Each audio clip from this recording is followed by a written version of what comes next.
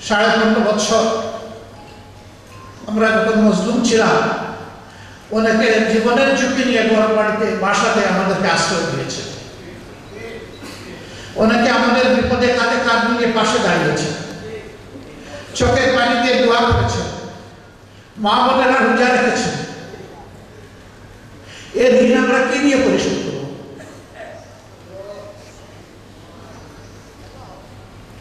মহান মালিকের দরবারে দোয়া করি, আল্লাহ তাআলা আপনাদের এই দেওয়ার উত্তম জাযা দুনিয়া এবং আখিরাতে যেন আপনাদেরকে দান করেন। আমরা আপনাদের এই ঋণ কোনদিন আমরা ভুলব না ইনশাআল্লাহ।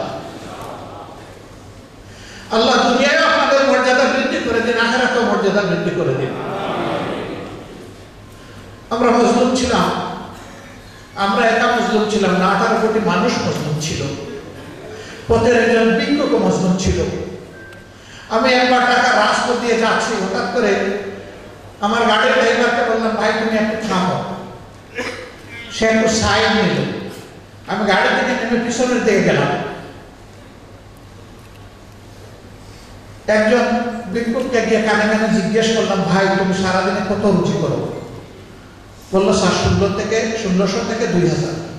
বললাম মাশাআল্লাহ, তাই তো ভালো, খারাপ না। অনেকেই তো সেই রুজি করতে পারে না। পয়সা থাকে না, থাকে না পয়সা। সকালবেলা বসতে হলে স্যার এক এক জায়গার এক একটা ট্যাক্স আসলে আগে দিয়ে বসতে হবে।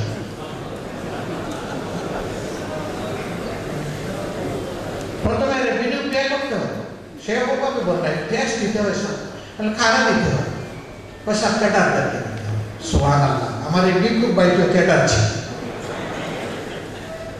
আর কার উদাহরণ দিব বলেন? এইভাবে সমাজের সমস্ত মানুষ নির্যাতিত। বললাম যে দিয়ে দিয়ে কত থাকে? পয়সা ওটাও থাকে না। কেন থাকে না?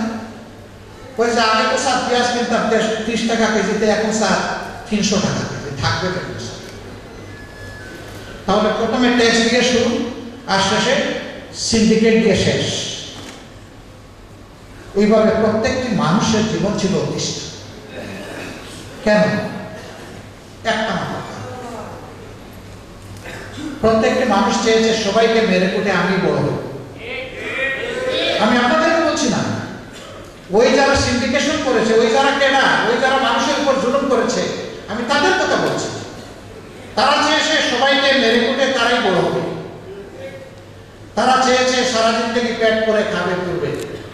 আশ্চর্যজনক ভাবে দেখা গেছে 5 বছর আগে তার সম্পদের পরিমাণ ছিল 1000 টাকা, এখন হয়েছে ওনার 22,000। তার আয়ের উৎস কি বলেছেন? মৎস্য চাষ। মানে আমাদের সমস্ত নেতারা মৎস্য চাষী হয়ে গিয়েছে। ওটা পানির নিচে তো দেখা যায় না, গায়েবী কারবার। অনেক মৎস্য চাষীকে জিজ্ঞেস করেছে, সত্যিকারের চাষি ভাই তোমার কেমন লাভ হয়? কয়েক খুব কষ্টে বাঁচি। ওনারা আসলে চাষের কাছেও যায় না, আছে কিনা মৎস্যের গে তাও আমি জানি না, কিন্তু ওনাদের 22 গুণ লাভ হয়। কই খাইতে পারলেন না তো? নিলেন তো, কিন্তু খাইতে তো পারলেন না। না, চাইলেই খাওয়া যায় না। আল্লাহ তাআলা কিসমতে রিজিকে না রাখলে কেউ ভোগ করতে পারবে না। সম্মানও গেল, মালও গেল, কিছুই থাকলো না। কি করবেন এই জীবন দিয়ে? যে জীবনের মুখ দেখাতে পারেন না, যে জীবনে খালে বিলে পালাতে হয়, এই জীবনের দরকারটা কি? আমি একজন রাজনৈতিক কর্মী হিসাবে আমি লজ্জিত।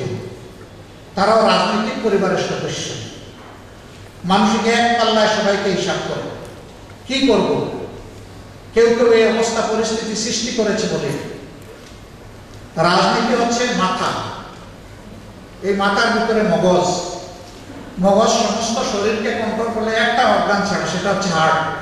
হার্টের উপর তার সরাসরি কোনো নিয়ন্ত্রণ নাই, আর সমস্ত অর্গানের উপর তার সরাসরি নিয়ন্ত্রণ। এই হার্ট এবং মাথা দুটা যদি ঠিক থাকে, অর্থাৎ অন্তর আর চিন্তার মগজ, এই দুইটা যদি ঠিক থাকে একটা মানুষ ঠিক। আর ওই দুই জায়গা পচা হইলে একটা মানুষ পচা। মাছের পচন মাথায় হয়, আমাদের সমাজের পচনটা মাথায় হচ্ছে। ওই মাঠটাকে সারিয়ে তুলতে হবে। এর জন্য দুটা জিনিস প্রয়োজন। একটি হচ্ছে আল্লাহর ভয়, আর একটা হচ্ছে দায়িত্ববোধ। বাংলাদেশ জামাত ইসলামী এমন একটা সমাজ চায় যে প্রত্যেকটি মানুষ যেন শুধু আল্লাহকে ভয় করে, আর কাউকে ভয় করার তার প্রয়োজন না হয়। পুলিশকে ভয় করবে না, আর্মিকে ভয় করবে না, কোনো জালিমকে ভয় করবে না, সে ভয় করবে শুধু আল্লাহর উপর। এমন একটি সমাজ চায় প্রত্যেকটা মানুষ হবে কর্তব্য পরায়ণ। প্রথমে সে তার নিজের প্রতি কর্তব্য পালন করবে, তারপরে তার পরিবারের কর্তব্য পালন করবে, তার প্রতিবেশীরা তার দ্বারা শান্তি পাবে, তার সমাজ তার দ্বারা শান্তি পাবে, তার দেশ তার দ্বারা শান্তি পাবে। সেই মানুষগুলো তৈরি করতে হবে।